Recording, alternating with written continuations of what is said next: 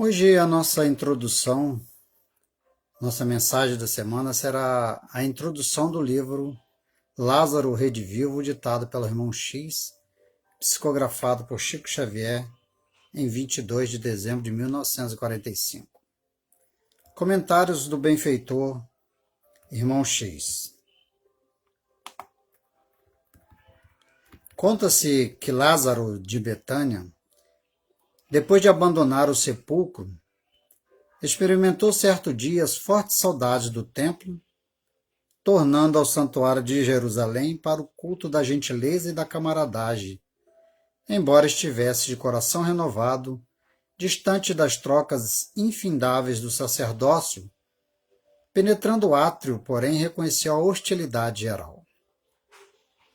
Abiúde e Efraim, fariseus rigoristas, miraram-no com desdém e clamaram: é morto, é morto! Voltou do túmulo, insultando a lei. Ambos os representantes do farisaísmo teocrático, aquele o governo divino representado por Deus da época, o teocrático, demandaram os lugares sagrados onde se venerava os santos dos santos, num deslumbramento de ouro e prata, marfim e madeiras preciosas.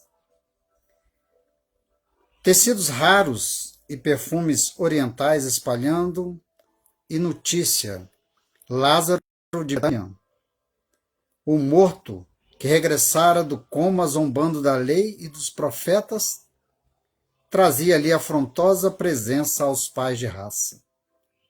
Foi o bastante para revolucionar fileiras compactas de adoradores que oravam e sacrificavam, supondo-se nas boas graças do Altíssimo. Escribas acudiram apressados pronunciando longos e complicados discursos. Sacerdotes vieram furiosos e rígidos, lançando maldições e aprendizes dos mistérios com zelo vestalino, zelo puro.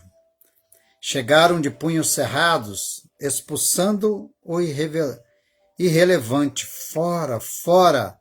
Vai para os infernos, os mortos não falam. Feiticeiro, a lei te condena. Lázaro contemplaria o quadro surpreendido. Observava amigos da infância vociferando anátemas, escribas que ele admirava com sincero apreço, vomitando palavras injuriosas. Os companheiros irados passaram da palavra à ação. Saravaidas de pedras começaram a cair em derredor do redivivo. E não contente com isso, o arguto, o sagaz, Absalão, foi o terceiro filho de Davi com Maacá, segundo o Velho Testamento. Ele era um rebelde que tentou usurpar o trono de seu pai Davi. Velha raposa da casuística, meticuloso, segurou-o pela túnica, propondo-se encaminhá-lo aos juízes do Sinédrio para a sentença condenatória depois de inquérito fulminante. O irmão de Marta e Maria, contudo, fixou nos circunstantes o olhar firme e lúcido e bradou sem ódio: fariseus, escribas, sacerdotes, adoradores da lei e filhos de Israel, aquele que me deu a vida tem suficiente poder para dar-vos a morte. Estupor e silêncio seguiram-lhe a palavra. O ressuscitado de Betânia desprendeu-se das mãos desrespeitosas que o retinham, recompôs a vestimenta e tomou o caminho da residência humilde de Simão Pedro, onde os novos irmãos comungavam no amor fraternal e na fé viva. Lázaro então sentiu reconfortado, feliz. No recinto singelo de paredes nuas e cobertura tosca, não se via alfaias do Hindustão, nem vasos do Egito, nem preciosidade da Fenícia, nem custosos tapetes da Pérsia. Mas ali palpitava, sem as dúvidas, a ciência e o convencionalismo da seita, entre corações fervorosos e simples, o pensamento vivo de Jesus. que renovaria o mundo inteiro, desde a teologia sectária de Jerusalém ao absolutismo político do Império Romano. Comentário do expositor. Jesus, com sua poderosa vontade e seu magnetismo extraordinário, fez com que Lázaro saísse do seu estado cataléptico e retornasse ao corpo físico. Para os homens da época que acreditavam estar morto o indivíduo que estivesse na condição em que Lázaro se encontrava, ficaram assustados, acreditando ser um milagre.